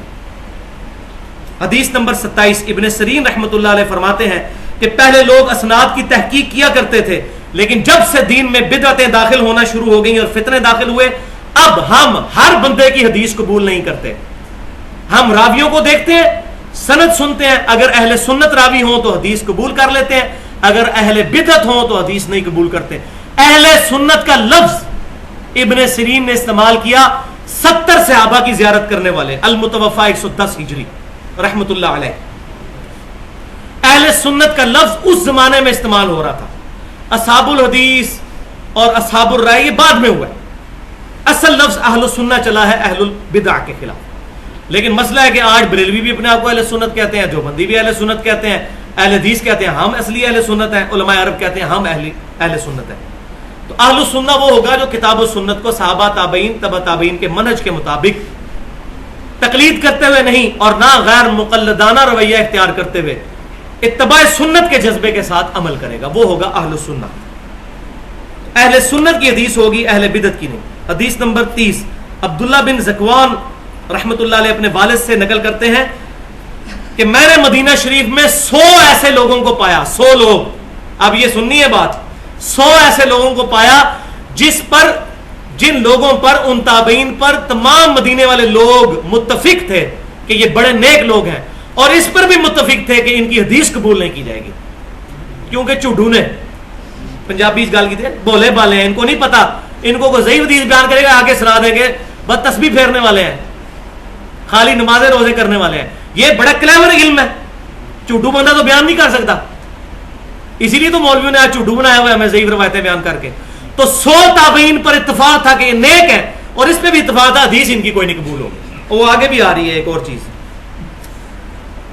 عبداللہ بن عثمان فرماتے ہیں میں نے عبداللہ بن مبارک کو فرماتے ہوئے سنا کہ اسناد دین کا حصہ ہے, اگر دین میں سند نہ ہو تو ہر شخص اپنی مرضی کا دین بیان کرے گا. اب یہ مولوی کہتا ہے دیکھو جی سند ضروری ہے درس نظامی دی, اوے درس نظامی کی سند نہیں ہے, یہ حدیث کی سند ہے. وہ دھوکہ دیتے ہیں, لیکن اسی روایت کو آگے سے پڑھ لیں وہ دھوکہ ختم ہو جائے گا. یہ سند ہے حدیث کی کہ کس نے کس سے سنا, اس نے اس سے. مثلا امام بخاری رحمۃ اللہ علیہ کہتے ہیں بیسٹ سند کیا ہے, میں نے سنا احمد بن حنبل سے, احمد بن حنبل نے سنا امام محمد بن ادریس شافعی سے, محمد بن ادریس شافعی نے سنا امام مالک بن انس سے, امام مالک بن انس نے سنا امام نافع سے, امام نافع نے عبداللہ بن عمر سے, اور عبداللہ بن عمر نے رسول اللہ صلی اللہ علیہ وسلم سے. یہ ہے گولڈن چین سند, یہ سند ہے, ڈگری نہیں ہے. ڈگری تو صحابہ کے پاس بھی کوئی نہیں تھی, کہ ڈگری والا کام تو بعد میں شروع ہے. ڈگری علم کے لیے ضروری نہیں ہے, علم پڑھنا اور سمجھنا ضروری ہے. تو عبداللہ بن مبارک کا قول حدیث نمبر 32 کہ اسناد دین کا حصہ ہے, اگر دین میں سند نہ ہو تو ہر شخص اپنی مرضی کا دین بیان کرے گا. تو یہ سند بھی سمجھ لی, اب ترک بھی سمجھ لیں. ترک کہتے ہیں ٹریک کو. مثال کے طور پر ایک صحابی نے ایک حدیث بیان کی, 10 تابعین نے وہ حدیث سنی, تو ایک حدیث اور اس کی 10 سندیں بن گئی. پھر ہر تابعی آگے 10 تبع تابعین کو وہ حدیث سکھائے, تو کتنا ہو گیا 10 ضرب 10 100. ایک حدیث تھی سیدنا ابو ہریرہ کی,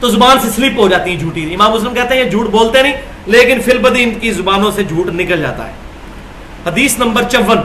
سفیان بیان کرتے ہیں کہ لوگ جابر بن یزید الجوفی سے اس کے عقیدہ باطلہ کے اظہار سے پہلے حدیثیں بیان کیا کرتے تھے، لیکن جب اس نے اپنے باطل عقیدے کا اظہار کیا پھر لوگوں نے حدیثیں لینا چھوڑ دیں. تو شاگردوں نے پوچھا وہ کون سا باطل عقیدہ تھا؟ تو سفیان رحمۃ اللہ علیہ نے فرمایا وہ رجت کا عقیدہ رکھتا تھا. وہ رجت کا عقیدہ کیا ہے وہ آگے آ جائے گا. حدیث نمبر 55. جراح بن ملیح کہتے ہیں کہ میں نے جابر بن یزید الجوفی سے سنا، وہ کہتا تھا میرے پاس امام باقر کے رحمۃ اللہ علیہ، امام ابو جعفر امام الباقر بن علی بن حسین، ان کے واسطے سے 70,000 حدیثیں حضور کی میرے پاس موجود ہیں. اب امام باقر نے تو حضور کا زمانہ نہیں پایا ہوا نا، جب تک وہ سند نہیں ہوگی پوری. تو 70,000 حدیثیں کہتا تھا میرے پاس موجود ہیں، اور وہ ساری حدیثیں جو ہیں وہ جھوٹی گڑھی ہوئی تھی. وہ آ رہا ہے حدیث نمبر 58. سفیان بیان کرتے ہیں کہ میں نے سنا کہ ایک آدمی نے جعفر الجوفی سے پوچھا کہ یہ جو قرآن کی آیت ہے سورہ یوسف کی آیت نمبر 80 اس کی تفسیر تم کیا کرتے ہو؟ اب یہ آیت تھی حضرت یوسف علیہ السلام کے بھائیوں کے بارے میں کہ ان کے بڑے بھائی لاوی نے کہا تھا میں اس وقت تک یہاں تک بیٹھا رہوں گا، کیونکہ پہلے بھی وہ بنیامین کو بھی رکھ لیا تھا عزیز مصر نے، تو یوسف بھی پہلے گم ہو گیا، تو میں تو اب اپنے باپ کے پاس جاؤں گا یہاں تک کہ اللہ تعالیٰ مجھے موت دے دے یا میرے باپ میرے لیے کوئی فیصلہ کرے. تو یہ آیت ہے فَلَنْ أَبْرَحَ الْأَرْضَ حَتَّى يَأْذَنَ لِي أَبِي أَوْ يَحْكُمَ اللَّهُ لِي وَهُوَ خَيْرُ الْحَاكِمِينَ. اور میں اس وقت تک یہاں سے نہیں ہٹوں گا جب تک کہ میرے باپ میرے لیے کچھ نہ ارشاد فرمائے یا اللہ ہی میرا معاملہ تمام نہ کر دے، اور وہی سب سے بہتر فیصلہ کرنے والا ہے. تو جابر جوفی سے پوچھا کہ اس آیت کی تفسیر کیا ہے؟ اس نے دیکھے اپنی طرف سے تفسیر بیان کر دی. وہ کہتا ہے جی اس کی تفسیر یہ ہے، اور وہ تفسیر رافضی بیان کرتے ہیں، امام مسلم نے لکھ دیا رافضی بیان کرتے ہیں کہ حضرت علی بادلوں میں ہے اور ہم ان کی اولاد میں سے کسی کا ساتھ اس وقت تک نہیں دیں گے جب تک حضرت علی بادلوں میں سے خود نہیں بولیں گے کہ فلاں بندے کو امام بنا لو. تو یہ مراد ہے یہاں. تو سفیان ثوری کہتے ہیں کہ یہ ہے رجت کا عقیدہ، کہ وہ کہتے ہیں کہ حضرت علی جو ہے وہ لوٹ کر ہماری رہنمائی قیامت تک کرتے رہیں گے اور آخر میں امام مہدی کے ساتھ اتر کے پھر وہ قتال کریں گے دجال کے خلاف. تو یہ ہے رجت کا عقیدہ. اب یہاں امام حنیفہ رحمۃ اللہ علیہ کا قول بھی صحیح سند سے تاریخ بغداد میں موجود ہے کہ میں نے جابر الجوفی سے بڑا کذاب شخص نہیں اپنی زندگی میں جھوٹا دیکھا، اور میں نے عطا بن ابی رباح سے بڑھ کر کوئی نیک آدمی اس روئے زمین پر نہیں دیکھا. تو عطا بن ابی رباح تابعی ہے. اگر امام حنیفہ رحمۃ اللہ علیہ نے کسی صحابی کو دیکھا ہوتا تو کسی صحابی کا نام لیتے. اس بات سے ظاہر ہوا کہ امام حنیفہ خود بھی اپنے آپ کو تبع تابعی مانتے تھے. انہوں نے کہا میں نے عطا بن ابی رباح سے افضل شخص روئے زمین پہ کوئی نہیں دیکھا، اور وہ تابعی تھے عطا بن ابی رباح. ورنہ اگر انس بن مالک کو دیکھا ہوتا تو کہتے میں نے انس بن مالک سے بڑھ کر کوئی عظیم شخص نہیں. تو یہ سب سے بڑی دلیل ہے کہ امام حنیفہ رحمۃ اللہ علیہ تبع تابعی تھے، لیکن اس کے باوجود وہ پہلے 300 سال کے مسلمانوں میں آتے ہیں. ان کی عزت ہے، ان کی جو باتیں کتاب و سنت کے خلاف ہیں وہ نہیں مانیں گے، جو اس کے مطابق ہے. انہوں نے خود فرمایا میری کوئی بات کتاب و سنت اجماع ایون صحابہ کے اقوال کے خلاف ہو اس کو چھوڑ دو. اور یہاں وہ بات بھی یاد کر لیں کہ کشف المحجوب میں علی بن عثمان حجویری صاحب نے بھی لکھ دیا تبع تابعین کے چیپٹر میں امام حنیفہ رحمۃ اللہ علیہ کو 8 سے 1000 سال پہلے انہوں نے بھی لکھا ہے. اور وہ اپنے آپ کو بڑا جگہ کہتے ہیں میں حنفی ہوں. تو ان سے بڑے حنفی ہیں یہ ہمارے آج کل کے حنفی علماء، انہوں نے بھی تبع تابعین، انہوں نے انصاف کیا ہے، تبع تابعین کے چیپٹر میں ڈالا ہے. تو ان کے لیے یہ دلیل ہے. حدیث نمبر 64. حضرت حمام نے کہا کہ ابو داؤد الاعمى حضرت قتادہ کے پاس آئے. جب وہ چلا گیا تو لوگوں نے کہا کہ اس شخص کا دعویٰ ہے کہ وہ 18 بدری صحابہ سے ملا ہوا ہے. یہ بھی سن لیں. تصوف کا گلا کٹنے لگا امام مسلم کے ہاتھوں، تصوف کا گلا. کہ ابو داؤد الاعمى جب گیا حضرت حمام کے پاس ہے. حمام کون ہے؟ حضرت ابو ہریرہ کے شاگرد، جن کا میں نے بتایا کہ وہ دریافت ہو چکا ہے صحیفہ حمام کا 102 ہجری میں. حضرت حمام کے پاس جب ابو داؤد آیا اور وہ چلا گیا تو قتادہ کہتے ہیں میں نے کہا کہ امام صاحب یہ کہتا ہے میں 18 بدری صحابہ کو ملا ہوں. تو آپ رحمت اللہ علیہ نے کیا فرمایا؟ اللہ اکبر. انہوں نے کہا کہ یہ طاعون کے مرض سے پہلے تو بھیک مانگا کرتا تھا، اس کا فن حدیث کے ساتھ کوئی تعلق ہی نہیں تھا. اب یہ کہتا ہے میں 18 بدری صحابہ کو ملا ہوں. اور بھائی یہ 18 بدری صحابہ کی بات کر رہا ہے. 2 بڑے تابعین حسن بصری اور سعید بن مسیب، وہ بھی کسی بدری صحابی سے نہیں ملے سوائے سعد بن ابی وقاص کے. اور تصوف کے سارے سلسلے چلتے ہیں حسن بصری سے سیدنا علی کی طرف. حضرت علی بدری صحابی نہیں تھے, اور یہ کہہ رہے ہیں کہ حسن بصری ہوں یا سعید بن مسیب, انہوں نے بھی صرف ایک بدری صحابی سے حدیثیں سنی ہیں, اور وہ سعد بن ابی وقاص ہے. حضرت علی کہاں؟ حضرت علی تو 40 ہجری میں شہید ہو گئے تھے, سعد بن ابی وقاص 56 ہجری میں فوت ہوئے. تو حسن بصری کی کوئی ملاقات سیدنا علی سے حدیث ثابت نہیں ہے. لہذا تصوف کا گلا امام مسلم نے کاٹ دیا, کیونکہ ان کے چشتی, قادری, نقشبندی سارے سلسلے اس طریقے سے اوپر جاتے ہیں. نقشبند کا تو خیر ویسے ہی منقطع ہے, وہ تو جاتے ہی ویسے ہی سلسلہ ہے, قبروں سے چلتا ہے, اس کی تو سند ویسے ہی باطل ہے, منقطع ہے. باقی 3 سلسلے حسن بصری سے حضرت علی تک جاتے تھے. امام مسلم نے اس پہ آرا چلا دیا ہے کہ یہ سب جھوٹ ہے, حسن بصری کی کوئی ملاقات کسی بدری صحابی سے نہیں سوائے سعد بن ابی وقاص کے رضی اللہ تعالیٰ عنہ. حدیث نمبر 79, علی بن مسہر کا بیان ہے کہ میں نے اور حمزہ نے ابن ابی عیاش سے تقریباً 1000 احادیث سنی. اے سننا جناب, 1000 احادیث سنی. پھر وہ کہتے ہیں کہ میں بعد میں حمزہ سے ملا, اپنے کلاس فیلو سے, ہم دونوں نے 1000 حدیثیں ابن ابی عیاش سے سنی تھی. تو حمزہ کہنے لگے کہ میں نے نبی صلی اللہ علیہ وسلم کی خواب میں زیارت کی, اور میں نے حضور صلی اللہ علیہ وسلم کو ابن ابی عیاش سے سنی ہوئی ساری حدیثیں سنائی. حضور نے صرف 5 یا 6 حدیثوں کی تصدیق کی, باقی ساری حدیثیں حضور نے کہا یہ میری حدیثیں نہیں ہیں. 1000 میں سے 6 حدیثیں صحیح نکلی. یہ کہتا حدیثاں تے انہاں کول بھی ہے نے, تے حدیثاں تے انہاں کول بھی ہے نے, بھائی ہے نے حدیثاں, وہ ایہو جی حدیثاں نے. بخاری مسلم وہ جی گم گیا نے, امام بخاری جڑی چھڑ دیتی ہیں سن 3 لاکھ, وہ ساڈیاں سن. تو اللہ نے بھی دین محفوظ نہ کیا, دین تو قیامت تک کے لیے محفوظ ہے. یہ اللہ کو ہم کہیں گے یہ اللہ نے چھوڑ دی تھی, تو پتہ ہی نہیں, وہ شروع سے سارے کہتے آ رہے چھوڑ دی تھی, جو ہے ہی نہیں تھی چھوڑ دی تھی. جھوٹی بات, وہ اسناد اور ترک ہیں بھائی, حدیثیں کہاں سے لاشوں میں, 10,000 سے زیادہ حدیث نہیں ہے.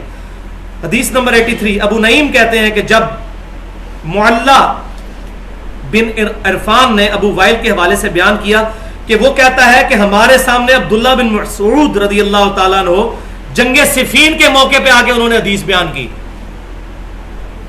اب سنیں, ابو نعیم کہتے ہیں معلّہ سے,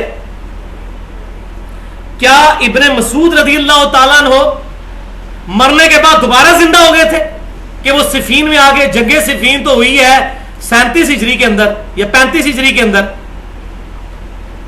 اور عبداللہ بن مسعود 33 ہجری میں فوت ہو گئے تھے. تو عبداللہ بن مسعود اپنی قبر سے باہر نکل آئے تھے, حدیث بیان کر کے چلے گئے. شکر ہے وہاں کوئی صوفی نہیں بیٹھا تھا, وہ کہتا حضور معرفت کی گل ہے, بزرگ نکل آتے ہیں قبروں تو باہر. اس کا محدثین کی نظر میں کہیں نہیں ہے کہ وہ قبر سے نکل کے حدیث بیان کر سکتا ہے.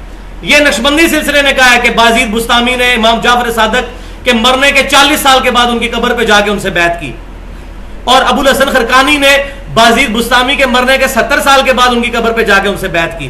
یہ انہی کے معاملے ویسے ہی سلسلے چلتے ہیں. محدثین تو کہتے ہیں بھائی عبداللہ بن مسعود قبر سے نکل آگے, وہ صحابی کو نہیں مانتے کہ وہ قبر سے نکل آئے, تو بزرگ کہاں سے نکل کے آگے تو بیعت کریں گے. تو یہ دیکھیں میں ساتھ ساتھ کلیئر کر رہا ہوں, یہ باتیں جی بھائی یہ ساری من گھڑت باتیں ہیں, کتابوں پہ یہ باتیں نہیں بیٹھتی ہیں. Dictionary is always authority. حدیث نمبر 84, عفان بن مسلم فرماتے ہیں کہ ہم اسماعیل کی مجلس میں تھے, ایک شخص نے کسی شخص سے آ کر حدیث بیان کی, تو میں نے فوراً کہہ دیا وہ شخص ٹھیک نہیں ہے جس سے آپ حدیث بیان کر رہے ہو. تو دوسرا بندہ ذرا نیک تھا, وہ کہنے لگا تو اے عفان تو نے غیبت کی.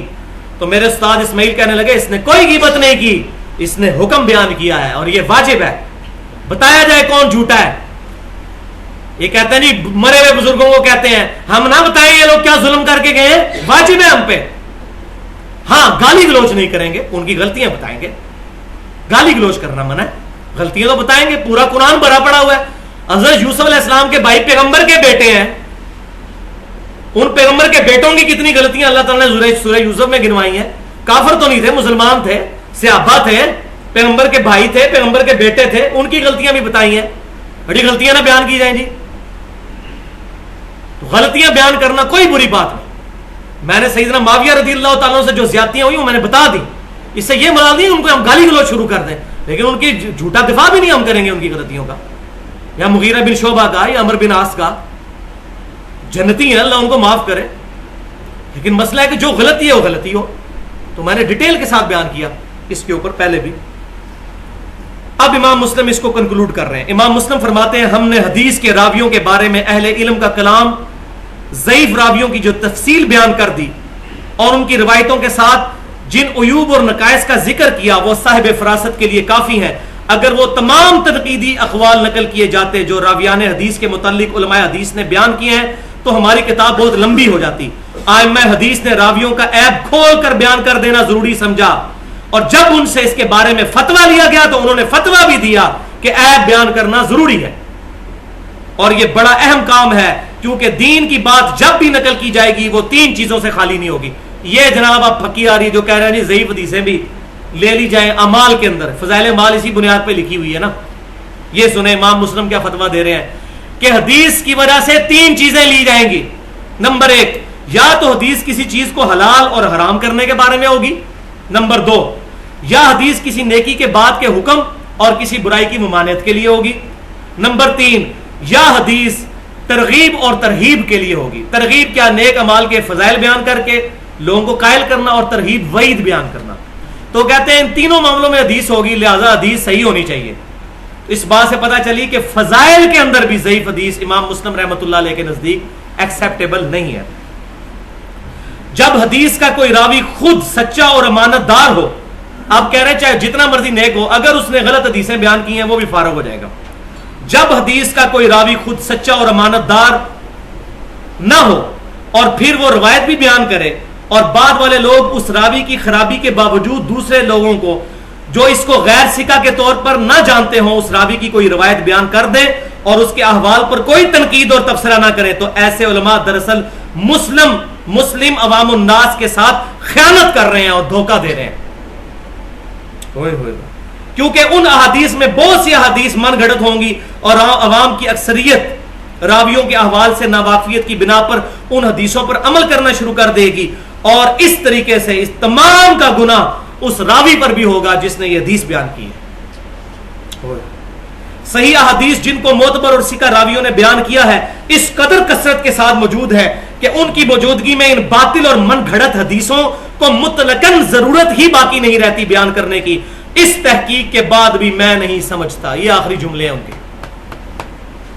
وہ کہتے ہیں اس تحقیق کے بعد میں یہ نہیں سمجھتا کہ کوئی بھی شخص اپنی کتاب میں مجہول، غیر ثقہ اور غیر معتبر راویوں کی احادیث نقل کرے گا، خصوصاً جب کہ وہ سند حدیث کی سند سے بھی واقف ہو. اور اب آڑا گاڑا فتویٰ کہتے ہیں ہاں وہ شخص وہ اس طرح کی حدیثیں بیان کر سکتا ہے سوائے اس شخص کے کہ جو لوگوں کے نزدیک اپنا کثرت علم ثابت کرنا چاہتا ہو اور اس مقصد کے حصول کے لیے باطل اور من گھڑت اسناد کے ساتھ احادیث پیش کرنے میں ذرا بھی خوف اور ہچکچاہٹ محسوس نہ کرے تاکہ لوگ اس کے وسیع علم اور زیادہ حدیثیں جمع کرنے پہ اس کو بڑی داد دیں. بڑے پہنچے بزرگ نے انیاں حدیثاں. اب کیا کہتے ہیں امام مسلم؟ لیکن جو شخص بھی ایسے باطل طریقے کو اختیار کرے گا تو اہل علم اور عقل مند لوگوں میں ایسے عالم کی کوئی وقت نہیں رہے گی، کوئی عزت نہیں رہے گی، اور ایسا شخص عالم کہلوانے کے بجائے جاہل کہلوانے کا حقدار ہے. یہ ہے جاہل. جو کہتے ہیں اتنے بڑے بڑے علماء پاگل ہیں، ان کو کہا انہوں نے کہ یہ عالم کہلوانے کے لائق نہیں ہے، یہ جاہل ہے. لا الہ الا اللہ اشرف علی تھانوی رسول اللہ معاذ اللہ استغفر اللہ، لا الہ الا اللہ چشتی رسول اللہ معاذ اللہ استغفر اللہ. عالم نہیں، جاہل کہلوانے کے حقدار ہیں. بھائی یہ گاڑا فتویٰ لگایا امام مسلم نے، میرے نال نہیں کرنا. اب دو باتیں جو امام مسلم نے اینڈ پہ کنکلوڈ کی ہیں وہ میں پہلے ہی بیان کر چکا، لیکن یہاں انہوں نے کہا کہ مرسل منقطع روایت تابعی کا قول کوئی حجت نہیں جب تک پوری سند نبی صلی اللہ علیہ وسلم تک بیان نہیں ہوگی صحابی کے ذریعے، ورنہ جنازہ نکل جائے گا دین کا جو پہلے بتا. اور دوسرا انہوں نے کہا کہ جو راوی تدریس کرتا ہو اس کی جب تک سما کی تدریس نہیں ہوگی، سما کی تصریح نہیں ہوگی، اس وقت تک اس کی آن والی روایت قبول نہیں کی جائے گی. اور وہ کہتے ہیں کہ یہ بہت بڑا مرض ہے حدیث کے اندر، جب تک یہ مرض دور نہیں ہوگا مدلس کی آن والی روایت قبول نہیں ہوگی. اب یہ آخری دو چار باتیں میں صرف زبانی کلامی کر دوں. ایک تو 1100 صحابہ میں سے جو 7 صحابہ ہیں جنہوں نے سب سے زیادہ احادیث روایت کی ان کے نام، اور آخر میں جو میں نے کہا تھا میں 8 کتابوں کے نام، اور دیٹس آل انشاءاللہ ودن 8 یا 9 منٹ. 7 صحابہ ہیں جنہوں نے 50% آف احادیث روایت کی ہے. 7 صحابہ نے. احادیث کے ذخیرے کا 50% سے زیادہ. ان میں پہلے نمبر پر سیدنا ابو ہریرہ رضی اللہ تعالی عنہ المتوفا 59 ہجری، نبی صلی اللہ علیہ وسلم کی وفات کے بعد 48 سال تک زندہ رہے اور 5374 احادیث انہوں نے امت تک پہنچائی. کتنی؟ 5374. حضرت ابو ہریرہ کی 5374 ہے تو لاکھوں میں کہاں سے آ گئی؟ وہ سندیں ہیں بھائی، ترک ہیں، حدیثیں نہیں ہیں. حضرت ابو ہریرہ کی 5000، باقیوں کی تو ہے ہی 2500 ہیں. وہ ٹوٹل 10,000 کے قریب ہی بننی ہے، اور ان میں کئی ہوں گی جو آپس میں متفق علیہ بھی ہوں گی. دوسرے سیدنا عبداللہ بن عمر رضی اللہ تعالی عنہ المتوفا 74 ہجری، نبی صلی اللہ علیہ وسلم کی وفات کے بعد 63 سال تک زندہ رہے اور 2630 احادیث انہوں نے امت تک پہنچائی. تیسرے نمبر پر سیدنا انس بن مالک رضی اللہ تعالی عنہ المتوفا 93 ہجری، نبی صلی اللہ علیہ وسلم کی وفات کے بعد 82 سال تک زندہ رہے اور انہوں نے 2286 احادیث امت تک پہنچائی. چوتھے نمبر پر سیدہ عائشہ رضی اللہ تعالی عنہا المتوفیہ 58 ہجری، حضور صلی اللہ علیہ وسلم کی وفات کے بعد 47 سال تک زندہ رہیں اور انہوں نے 2210 احادیث امت تک پہنچائیں. پانچویں نمبر پر سیدنا جابر بن عبداللہ رضی اللہ تعالیٰ عنہ المتوفا 74 ہجری، نبی صلی اللہ علیہ وسلم کی وفات کے بعد 63 سال تک زندہ رہے اور 1540 احادیث انہوں نے امت تک پہنچائیں. چھٹے نمبر پر سیدنا عبداللہ بن عباس رضی اللہ تعالیٰ عنہما المتوفا 68 ہجری، نبی صلی اللہ علیہ وسلم کی وفات کے بعد 57 سال تک زندہ رہے اور 1160 احادیث امت تک پہنچائیں. اور ساتویں اور آخری نمبر پر سیدنا ابو سعید خدری رضی اللہ تعالیٰ عنہ المتوفا 74 ہجری، 63 سال تک آپ صلی اللہ علیہ وسلم کی وفات کے بعد زندہ رہے اور 1100 احادیث امت تک پہنچائیں. یہ ہیں وہ 7 بڑے جو شخصیات جنہوں نے احادیث کثرت سے روایت کی. اب آخر میں صحیح احادیث کا مجموعہ 8 مجموعے کون سے اتھینٹک ہیں وہ بیان کرنے سے پہلے 2 حدیثیں سن لیں. صحیح بخاری اور مسلم کی متفق علیہ حدیث ہے، سب سے بہتر زمانہ میرا، پھر ان کا جو مجھے دیکھیں گے، جو ان کا، پھر ان کا جو ان کو دیکھے، پھر ان کا جو ان کو دیکھے، صحابہ تابعین تبع تابعین. یہ 3 قرن آپ صلی اللہ علیہ وسلم نے 3 زمانے فرمائے بہتر ہیں، اور فرمایا اس کے بعد جھوٹے لوگ پیدا ہوں گے، امانت میں خیانت کرنے والے لوگ ہوں گے، جھوٹی گواہیاں دینے والے. یہ تینوں عیب بعد کے لوگوں میں ہوں گے. اور پھر صحیح بخاری اور مسلم کی متفق علیہ حدیث ہے، آج جو شخص اس روئے زمین پہ زندہ ہے 100 سال نہیں گزریں گے کہ اس پر قیامت قائم ہو جائے گی، یعنی اس کی موت آ جائے گی. اور صحیح مسلم میں الفاظ ہیں سیدنا ابن عمر کے کہ نبی صلی اللہ علیہ وسلم نے ہمیں یہ پیشن گوئی اصل میں فرمائی تھی اسی حدیث کے ساتھ کہ 100 سال کے اندر صحابہ اکرام کا قرن ختم ہو جائے گا. قرن زمانہ پیریڈ، تو پہلے 100 سال میں صحابہ اکرام کا قرن ختم ہو گیا، اگلے 100 سال میں تابعین، اس سے اگلے 100 سال میں تبع تابعین. تو پہلے 300 سال کے جو قرن ہیں قرون اولا 3 قرن، یہ بہترین زمانہ ہے. اور الحمدللہ ہماری خوش قسمتی ہے کہ حدیث کی ساری اتھینٹک کتابیں پہلے 300 سال میں لکھی گئی ہیں. نبی صلی اللہ علیہ وسلم کی وفات ہوئی 11 ہجری میں.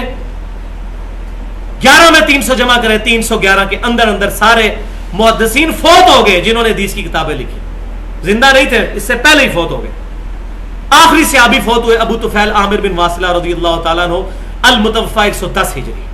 وہ 100 سال کے بعد صحابی فوت ہوئے. پہلے 100 سال میں صحابہ کا قرن ختم، اگلے 100 سال میں تابعین، اس سے اگلے 100 سال میں تبع تابعین. یہ ہے 3 قرون اولا کے ادوار. اب وہ احادیث کی کتابیں، لیکن ظاہر ہے میں خود بیان کروں گا تو ہمیں بات سمجھ نہیں آئے گی. میں اس شخصیت کا نام لیتا ہوں جس نے میری طرح بڑی تحقیق کی، بلکہ میں نے ان کی طرح تحقیق کی.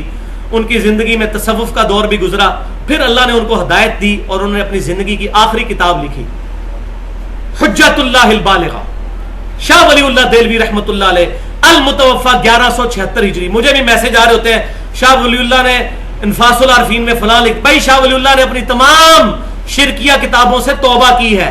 حجت اللہ البالغہ کے مقدمے میں انہوں نے لکھا ہے میں نے آج تک جو باتیں کتاب و سنت اور اجماع اور صحابہ کے خلاف لکھی ہیں میں ان سے توبہ کرتا ہوں.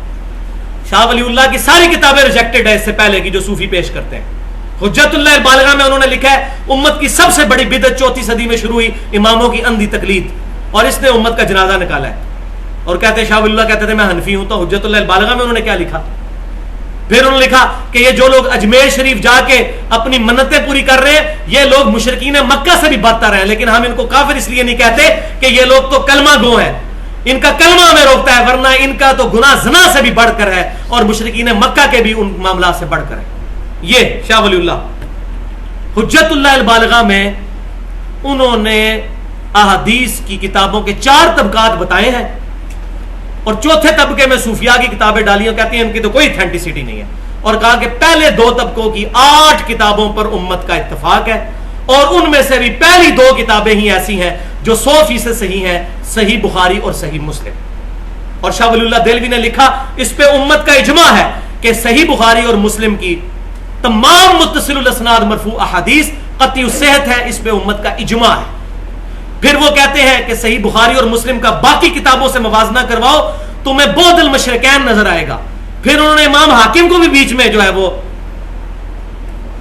نکتہ چینی کیا، وہ کہتے ہیں امام حاکم نے اپنا نام تو رکھ دیا کتاب کا المستدرک للحاکم علی صحیحین، لیکن حقیقت بات ہے کہ امام حاکم تو من گھڑت حدیثیں بھی بخاری مسلم کے راویوں کے نام پر اپنی کتاب میں لے آئے ہیں۔ وہ کہتے ہیں اس کی وجہ یہ ہے کہ امام بخاری امام مسلم اپنے ہر استاد سے اس وقت تک حدیث نہیں لکھتے تھے جب تک پوری بحث نہ کر لیں۔